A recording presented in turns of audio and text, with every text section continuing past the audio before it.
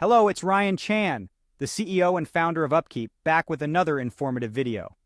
Today, we'll be exploring the fascinating world of vibration sensors. We'll be discussing what they are, how they work, different types, and how they can be a game changer in maintaining your equipment's health. You'll also get a sneak peek into how our computerized maintenance management system, like UpKeep, can help you streamline this information to your advantage. So, let's dive right in. First, let's discuss what a vibration sensor is. It's a device that measures the amount and frequency of vibration in a system, machine, or piece of equipment. These measurements are crucial as they can help detect imbalances or other issues in the asset and predict future breakdowns. Curious about why it's important to monitor vibrations? Any business that uses heavy equipment can benefit from this. Monitoring vibrations can help you understand the causes of damage, monitor repair needs, and keep an overall health check on your equipment. Let's talk about how these vibration sensors work. They either connect directly to an asset or monitor it wirelessly. Once placed, they detect vibrations from the asset and provide two types of data: frequency and intensity. Frequency tells us how often the vibration occurs, while intensity measures the strength of the vibration. Now let's dive into the 7 different types of vibration sensors. First, we have strain gauges. These are inexpensive and best used on uneven or curved surfaces. Second, we have accelerometers. They are the most common types of vibration sensors and are used for general vibration analysis.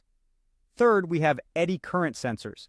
These are non-contact sensors that are frequently used in laboratories where fragile equipment is used. Fourth, we have laser displacement sensors. These use a laser beam and work best with stationary objects in clean settings. Fifth, we have gyroscopes. These are contact sensors that measure angular velocity and are used together with accelerometers on rotating equipment. Sixth, we have microphone sensors. These can provide some basic information on changes that might occur in high-frequency vibrations. And lastly, we have vibration meters. These are handheld devices used to analyze vibration data and put it into a readable format. Ever wondered about the types of machines that use vibration sensing? Water pumps, motors, gearboxes, belts, fans, compressors, wind turbines, and rolling bearings can all benefit from vibration monitoring. In fact, 90% of machines can benefit from this technology. To maximize the use of vibration sensors, you need a system that can collect and analyze the results. This is where a computerized maintenance management system like UpKeep comes in. It can log and manage vibration data, allowing you to make intelligent maintenance decisions and even automatically create work orders when things get out of balance. In conclusion, vibration sensors are an excellent way to monitor the health of key assets. They provide precise information on how individual pieces of equipment are doing, and the data they provide can help you anticipate when future maintenance needs may occur. The end result is a more streamlined maintenance process and improved machine health. Thank you for watching this video.